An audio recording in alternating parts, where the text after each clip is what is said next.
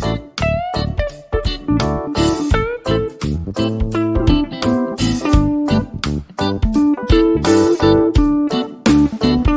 Everyone, management मंत्रा के इस video में आप पढ़ेंगे एलिमेंट्स ऑफ इकोनॉमिक इन्वायरमेंट कि कौन से एलिमेंट से मिलकर इकोनॉमिक इन्वायरमेंट बनता है। तो इसमें मेनली 5 एलिमेंट्स होते हैं। फर्स्ट आते economic condition, second economic system, third economic policy, fourth है इंटरनेशनल इकोनॉमिक इन्वायरमेंट और फिफ्थ है इकोनॉमिक लेजिस्लेशन। इनको डिटेल में देखने से पहले डिस्क्रिप्शन में आप इकोनॉमिक इन्वायरमेंट से रिलेटेड डिफरेंट टॉपिक्स पे वीडियो देख सकते हैं। वीडियो अच्छा लगे तो प्लीज लाइक कीजिए, चैनल को सब्सक्राइब कीजिए और कमेंट कीजिए। और किसी टॉपिक पे वीडियो चाहिए तो आप कमेंट कर सकते हैं। एलिमेंट्स को ही हम कंपोनेंट्स भी बोलते हैं इकोनॉमिक इन्वायरमेंट के। तो पहले हम इसका मीनिंग देखते हैं और फिर इन सारे कंपोनेंट्स को डिटेल में। तो इकोनॉमिक इन्वायरमेंट क्या होता है? इकोनॉमिक इन्वायरमेंट बताता है जो भी आपके सारे इकोनॉमिक फैक्टर जो कि आपके बिजनेस के परफॉर्मेंस को इन्फ्लुएंस करते हैं, बिजनेस की वर्किंग को अफेक्ट करते हैं, वो सब आपके आते हैं इकोनॉमिक इन्वायरमेंट के अंदर। इसमें आपका सिस्टम, पॉलिसी, इकोनॉमी का क्या नेचर है, ट्रेड साइकिल है, economic resources, level of income, जो भी कंज्यूमर का क्या इनकम का लेवल है, इनकम का डिस्ट्रीब्यूशन कैसा, वेल्थ कैसी है, ये सब आपके बताते हैं इकोनॉमिक फैक्टर को। तो इकोनॉमिक इन्वायरमेंट बहुत डायनामिक है, बहुत कॉम्प्लेक्स है उसका नेचर, और ये हमेशा सेम नहीं होता है। ये हमेशा टाइम टू टाइम चेंज होता रहता है क्योंकि इकोनॉमी में चेंजेस हो रहे हैं, गवर्नमेंट की पॉलिसीज में चेंजेस हो रहे हैं। तो इकोनॉमिक इन्वायरमेंट बताता है कि जो भी आपके इकोनॉमिक फैक्टर जो कि आपके बिजनेस को अफेक्ट करते हैं वो आते हैं आपके इकोनॉमिक इन्वायरमेंट के अंदर। नेक्स्ट हम देखते हैं कि क्या एलिमेंट्स या क्या कंपोनेंट्स होते हैं इकोनॉमिक इन्वायरमेंट के, जिसमें हमने देखे 5। फर्स्ट था economic condition, second economic system, third economic policy, fourth है इंटरनेशनल इकोनॉमिक इन्वायरमेंट और फिफ्थ इकोनॉमिक लेजिस्लेशन। इनको हम डिटेल में देखते हैं। फर्स्ट आते हैं इकोनॉमिक कंडीशन। जो भी बिजनेस की इकोनॉमिक पॉलिसीज है वो अफेक्ट होती है इकोनॉमिक कंडीशन से किसी भी इकोनॉमी की। तो आप कैसे इकोनॉमिक कंडीशन में इम्प्रूवमेंट लेके आ सकते हैं, मतलब आप इकोनॉमी की कंडीशन को कैसे अच्छा कर सकते हैं।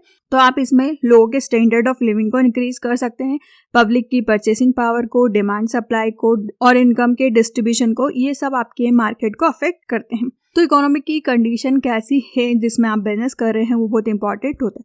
तो जो इकोनॉमिक कंडीशन को बताता है वो किसी भी बिजनेस का साइकिल बताता है।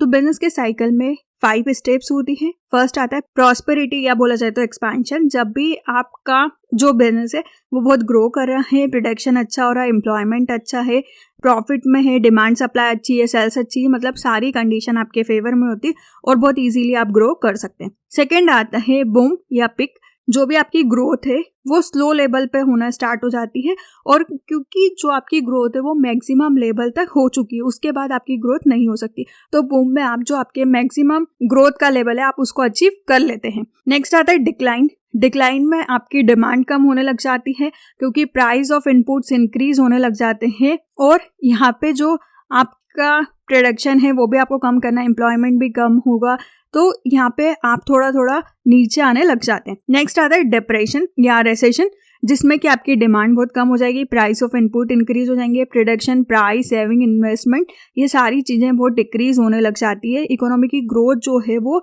डिक्लाइन होने लग जाती है और नेगेटिव लेवल पे जाने लग जाती है, मतलब बहुत ज़्यादा मंदी आ जाती है, बाजार में लोगों के पास पैसे नहीं है चीज़ों को लेने के, चीज़ों के भी प्राइस ज़्यादा होते हैं। तो ये सब नेगेटिव इम्पैक्ट आप इकोनॉमी पर देखते हैं। लास्ट आता है रिकवरी। जब आप फिर से रिकवर करना स्टार्ट कर देते हैं, आपकी इकोनॉमी में फिर से पॉजिटिव चेंजेस आना स्टार्ट हो जाते हैं कि प्रोडक्शन इंक्रीज हो रहा है, एम्प्लॉयमेंट अच्छा हो रहा है, प्रॉफिट इंक्रीज हो रहा है, डिमांड सप्लाई सही तरीके से चल रही है, सेल्स इंक्रीज हो रही है। तो ये पूरा साइकिल किसी भी बिजनेस का इस तरीके से इन इकोनॉमिक कंडीशन के अकॉर्डिंग चलता है। नेक्स्ट हम देखते हैं कि क्या चीज़ें जो कि मेनली इकोनॉमिक कंडीशन में किसी भी कंट्री की इंक्लूड होती है। तो फर्स्ट आता है स्टेज ऑफ बिजनेस साइकिल, कि आपका जो बिजनेस है, जैसे हमने अभी देखी थी कि 5 स्टेप्स होती है, expansion, peak, declining, recession, recovery. तो आप कौन सी स्टेज में आपका बिजनेस चल रहा है, तब इकोनॉमी की कंडीशन कैसी, तो उसके अकॉर्डिंग आप चेंजेस आपके बिजनेस में देखते हैं। नेक्स्ट आता है नेशनल इनकम, पर capital income and distribution of income. पर कैपिटल इनकम बताता है कि कितना कोई भी पर्सन की पर्टिकुलर जोग्राफिकल लोकेशन में कितनी अर्निंग है, मतलब पर्टिकुलर जोग्राफिकल एरिया में रहने वाले लोग कितना कमाते हैं, और इसी के बेसिस पे हम एवरेज इनकम निकाल लेते हैं पर पर्सन की, कि सबकी इनकम को डिवाइड किया जितने मेंबर्स है तो हमको पर पर्सन की इनकम पता चलती है। तो पर कैपिटल इनकम आपने देखा कि पर्टिकुलर जोग्राफिकल लोकेशन में रहने वाले लोगों की जो अर्निंग है वो बताता है पर कैपिटल इनकम को।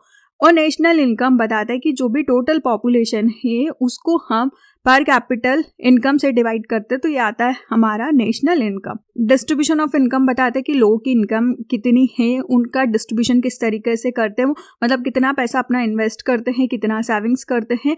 तो ये डिफरेंट टाइप से आप इनकम को कैलकुलेट करते हैं। नेक्स्ट आता है rate of capital formation. Capital formation बताता है कि जो भी पॉपुलेशन है क्या उनके पास इनफ पैसे हैं सेव करने के लिए या इन्वेस्ट करने के लिए, मतलब उनके पास अच्छे खासे पैसे कि वो उसको अच्छी कहीं जगह पे लगा भी सकते हैं बिजनेस में, या फिर उसको सेविंग करके रख सकते हैं, या तो फिर उनके पास इतनी कैपिटल नहीं कि वो इन्वेस्ट कर सके या सेव कर सके। तो ये मेनली डिपेंड करता है कि इकोनॉमिक कंडीशन पे। नेक्स्ट आता है डिमांड एंड सप्लाई ट्रेंड, कि किसी भी पर्टिकुलर प्रोडक्ट की डिमांड कितनी है और उसकी सप्लाई कितनी। अगर डिमांड ज़्यादा है सप्लाई कम है तो आप हाई प्राइस पे सेल कर सकते हैं, वही डिमांड कम है और सप्लाई ज़्यादा है तो आपको लो प्राइस पे किसी भी प्रोडक्ट को सेल करना होगा। नेक्स्ट आता है inflation rate in the economy. Inflation rate बताता है कि प्राइजेस इंक्रीज हो जाते हैं जिसकी वजह से जो भी कंज्यूमर की परचेसिंग पावर है वो कम हो रही है। तो इन्फ्लेशन रेट आप कैलकुलेट करते हैं कि प्राइस इंडेक्स में कितना चेंज आया है, कंज्यूमर के प्राइस इंडेक्स में चेंजेस की वजह से आपको इन्फ्लेशन रेट पता चलती है। तो इन्फ्लेशन रेट होता है कि कितना परसेंट में प्राइस इंडेक्स में ओवर द टाइम चेंजेस हो रहे हैं। नेक्स्ट आता है industrial growth rate and export growth rate, कि जो भी इंडस्ट्री है उसकी ग्रोथ रेट कैसी है, हर बार वो कितना ग्रो करती है, 2%, 5 या 10%। एक्सपोर्ट ग्रोथ रेट कितनी है, मतलब कितना वो एक्सपोर्ट करती है, या हर साल उनकी जो एक्सपोर्ट की ग्रोथ रेट है वो कितनी इंक्रीज हो रही है। नेक्स्ट आता है interest rate privileging in the economy, जो भी आप पैसे ले रहे हैं लोन पे तो उसका कितना आपको इंटरेस्ट देना होता है। तो अगर आपको कम रेट में इंटरेस्ट और इजीली मिल जाता है तो आप ज़्यादा पैसा इन्वेस्ट कर सकते हैं, अगर इंटरेस्ट रेट हाई होगा तो आप कम पैसा इन्वेस्ट कर सकते हैं। नेक्स्ट आता है ट्रेंड इन इंडस्ट्रियल सिकनेस, जो भी इंडस्ट्रीज है वो कितनी हिल है, मतलब वो अपने डेप्ट को पूरा नहीं कर पा रही है, प्रॉपर प्रॉफिट अर्न नहीं कर पा रही है, लॉस में चलती है, तो वो सोचते हैं कि अपनी इंडस्ट्री को या अपने बिजनेस को वो बंद कर दे। तो ये बताता है कि कितना ट्रेंड चल रहा है कि कितनी इंडस्ट्रियां बंद होती है। नेक्स्ट आता है efficiency of public and private sector, जो भी आपके पब्लिक और प्राइवेट सेक्टर है वो कितनी इफिशियंसी के साथ काम को कर रहे हैं। नेक्स्ट आता है growth of primary and secondary capital market, कि जो भी आपका प्राइमरी और सेकेंडरी कैपिटल मार्केट है उसमें कितनी ग्रोथ हो रही है। और लास्ट आता है साइज ऑफ मार्केट, की मार्केट का क्या साइज है, कितनी पॉपुलेशन वहाँ रहती है। ये सारे फैक्टर्स मेनली इंक्लूड रहते हैं आपकी इकोनॉमिक कंडीशन में किसी भी कंट्री की। नेक्स्ट आता है इकोनॉमिक सिस्टम। इकोनॉमिक सिस्टम किसी भी नेशन या कंट्री के अंदर उनके फ्रेमवर्क को बताते हैं, रूल्स के, गोल के, इंसेंटिव्स के, और आप इन पे कैसे कंट्रोल करते हैं, कैसा इकोनॉमिक रिलेशंस होता है पब्लिक या सोसाइटी के बीच में, ये सब आपका बताता है इकोनॉमिक सिस्टम। तो इकोनॉमिक सिस्टम आपको हेल्प करता है कि आप इकोनॉमिक क्वेश्चंस के बारे में कैसे आंसर्स कर सकते हैं, ये आपको पूरा फ्रेमवर्क प्रोवाइड करता है। तो different country different economic system को फॉलो करती है। ये आपके कंट्री वाइज किसी भी बिजनेस को अफेक्ट करता है कि आप कौन सी कंट्री में हैं। तो इकोनॉमिक सिस्टम मेनली 3 टाइप्स के होते हैं, कैपिटलिस्टिक, सोशलिस्टिक और मिक्स्ड।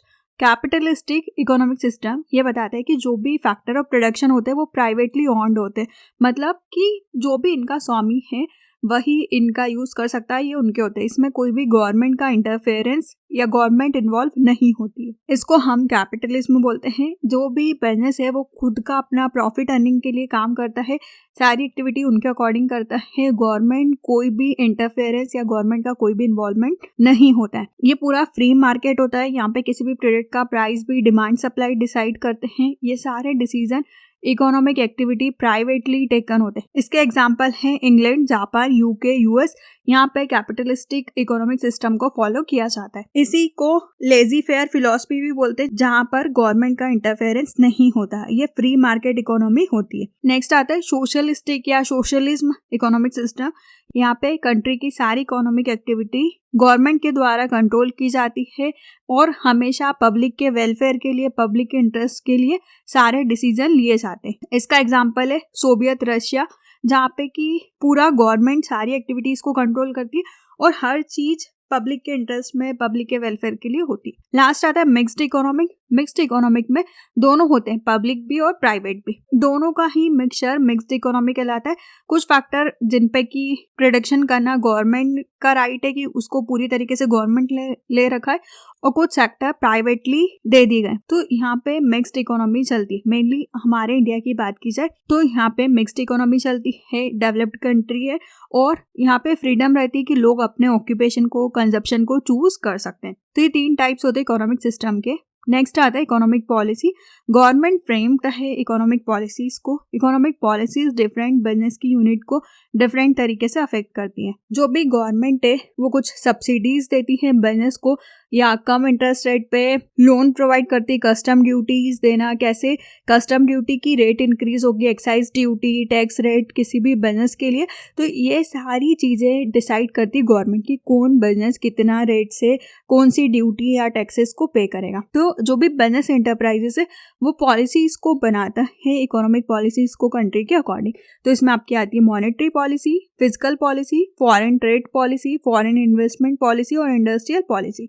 इनको हम डिटेल में देखते हैं। फर्स्ट आता है मॉनेटरी पॉलिसी। ये पॉलिसी सेंट्रल बैंक बनाती है किसी भी कंट्री की, और ये कंट्रोल करती है मनी की सप्लाई को, मनी की कॉस्ट को, मतलब किस रेट पे लोगों को मनी मिलना है, कितना उन पे इंटरेस्ट लिया जाएगा, मतलब कितने ब्याज पे मनी लोगों को मिलना चाहिए।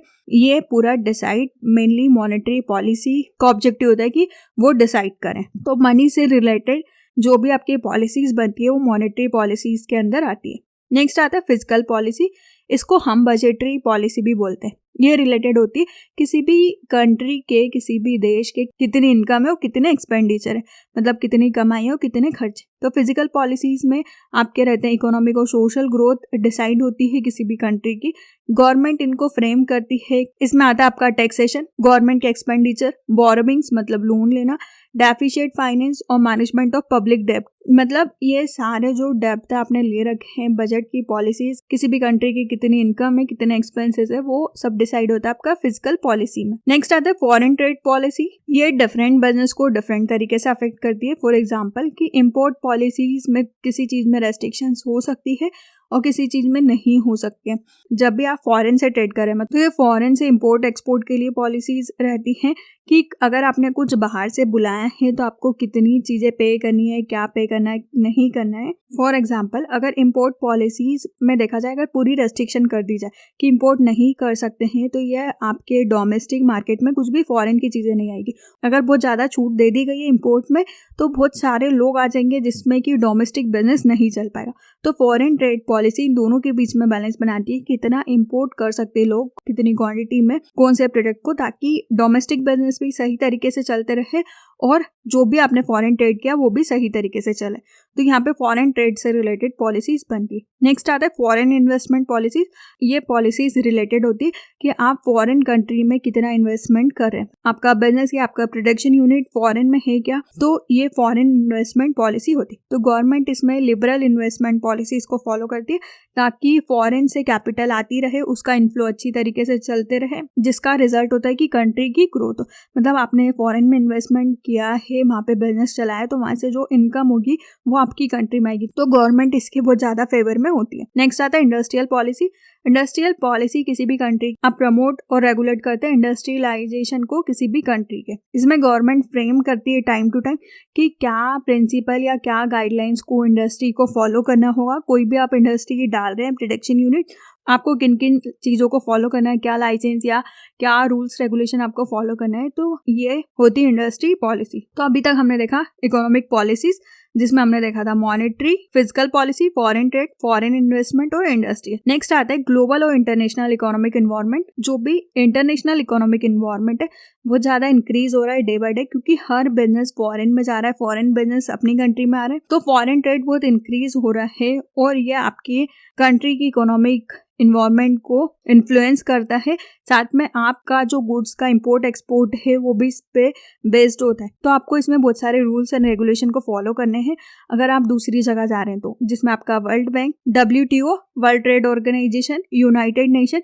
इन चीजों को भी फॉलो करना है जब भी आप इंटरनेशनल लेवल पे अपने बिजनेस को लेके जा रहे हैं। लास्ट आता है इकोनॉमिक लेजिस्लेशन। जो भी हमने अभी तक पॉलिसीज देखी, गवर्नमेंट डिफरेंट कंट्री के अकॉर्डिंग डिफरेंट लीगल फॉर्मेलिटीज को, रेगुलेशंस को फॉलो करती है या कानून को बनाती है जिससे कि वो बिजनेस को कंट्रोल कर सके, बिजनेस को चला सके। तो आपको देखना है कि जिस भी टाइप का आप बिजनेस कर रहे हैं उसमें क्या लीगल फॉर्मेलिटीज आपको करनी है या क्या लीगल चीज़ों को आपको फॉलो करना है, पॉलिसीज या गवर्नमेंट के रूल्स को आप उनको फॉलो करते हैं। तो इस वीडियो में आपने देखा कि क्या एलिमेंट्स या क्या कंपोनेंट्स होते हैं इकोनॉमिक इन्वायरमेंट के, जिसमें थे 5: economic condition, economic system, economic policy, international economic environment और इकोनॉमिक लेजिस्लेशन। वीडियो अच्छा लगे तो प्लीज लाइक कीजिए, चैनल को सब्सक्राइब कीजिए और कमेंट कीजिए। और किसी टॉपिक पे वीडियो चाहिए तो आप कमेंट कर सकते हैं। Thank you.